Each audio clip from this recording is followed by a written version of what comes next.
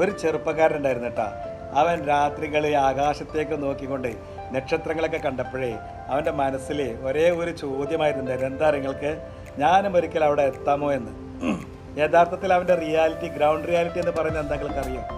ചെറിയൊരു ഗ്രാമം, ഒരു വില്ലേജ്, പണമില്ലായ്മ, പഠിക്കാൻ വേണ്ടിയിട്ടും പഠനത്തിന് വേണ്ടിയിട്ടൊന്നും ഒരു സൗകര്യമില്ലായിരുന്നു എന്നുള്ളതാണ്. പക്ഷെ അവൻ്റെ ഫാൻറ്റസി എന്ന് പറയുന്നത് ബഹിരാകാശത്തേക്ക് പറന്നു വരിക എന്ന വലിയൊരു സ്വപ്നമായിരുന്നു എന്നുള്ളതാണ്.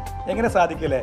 ഗ്രാമത്തിലെ ആളുകളൊക്കെ ചിരിച്ചുകൊണ്ടും പരിഹസിക്കാനൊക്കെ തുടങ്ങിയ പയ്യനോട് ഇതൊക്കെ വെറും സ്വപ്നമാണ്, ഇതൊരു ഫാൻറ്റസി ലൈഫാണ്, ഒരു ചിന്തയാണെന്നത്. പക്ഷേ അവൻ അപ്പോഴും ഉറച്ച് വിശ്വസിച്ചെന്ന് നിങ്ങൾക്കറിയാം, സ്വപ്നം കാണുന്നതല്ല പ്രശ്നം, അതിനെ സത്യത്തിലാക്കാനുള്ള ധൈര്യമില്ലായ്മയാണ് പ്രശ്നം എന്നുള്ളത്. ഇന്ന് നിങ്ങൾക്കറിയാം ആ ചെറുപ്പക്കാരൻ്റെ പേരെന്താണെന്നുള്ളത്? നീൽ ആംസ്ട്രോങ് എന്നാണ്. ചന്ദ്രനിൽ ആദ്യമായി കാലുകുത്തിയ വലിയ മനുഷ്യനാണ്.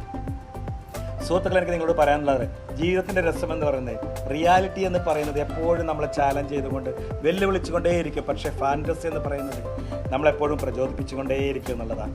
അതിന് യാഥാർത്ഥ്യമാക്കുമ്പോഴാണ്, പ്രാവർത്തികമാക്കുമ്പോഴാണ്, പ്രവൃത്തിയിലൂടെ യാഥാർത്ഥ്യമാക്കാനാണ് നമ്മൾ ശ്രമിക്കേണ്ടത് കേട്ടോ. ചിന്തിച്ചു നോക്കാം, നമ്മൾ എല്ലാ കണ്ടുപിടുത്തങ്ങളും, വിമാനവും മൊബൈലും ഇൻ്റർനെറ്റും ഈ വാട്സപ്പും ഫേസ്ബുക്കും എല്ലാം റിയാലിറ്റി ആയിരുന്നില്ല, എല്ലാം ഒരിക്കലും നമുക്ക് ഫാൻറ്റസി ആയിരുന്നു അല്ലേ? പക്ഷേ ചിലർ അതിനെയൊക്കെ പ്രവൃത്തിയിലൂടെ റിയാലിറ്റിയൊക്കെ ആക്കി മാറ്റി എന്നുള്ളതാണ്.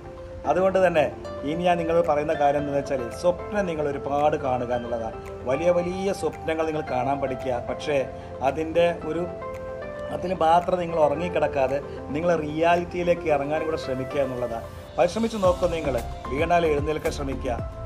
ഫാൻറ്റസി ഇല്ലെങ്കിൽ നിങ്ങളുടെ ജീവിതത്തിന് ചിറകുകളില്ല, റിയാലിറ്റി ഇല്ലെങ്കിലോ നിങ്ങളുടെ ജീവിതത്തിന് നിലവുമില്ല എന്നുള്ളതാണ്.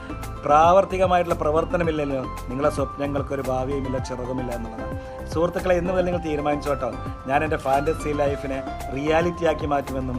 അതുപോലെ തന്നെ, കാരണം നിങ്ങളുടെ സ്വപ്നങ്ങളാണ് നിങ്ങളുടെ ജീവിതത്തിൻ്റെ ഭാവി എന്നുള്ളത്. ഇതാണ് റിയാലിറ്റിയും ഫാൻറ്റസിയും തമ്മിലുള്ള, നമ്മളെങ്ങനെ പ്രവൃത്തിയിലൂടെ നമുക്ക് പ്രാവർത്തികമാക്കാം എന്ന് നമുക്ക് തെളിയിക്കുന്ന ചില ഉദാഹരണങ്ങളൊക്കെ. എല്ലാവർക്കും നല്ല കേട്ടോ, എല്ലാവരോടും ഒരുപാട് സ്നേഹം മാത്രം. Thank you.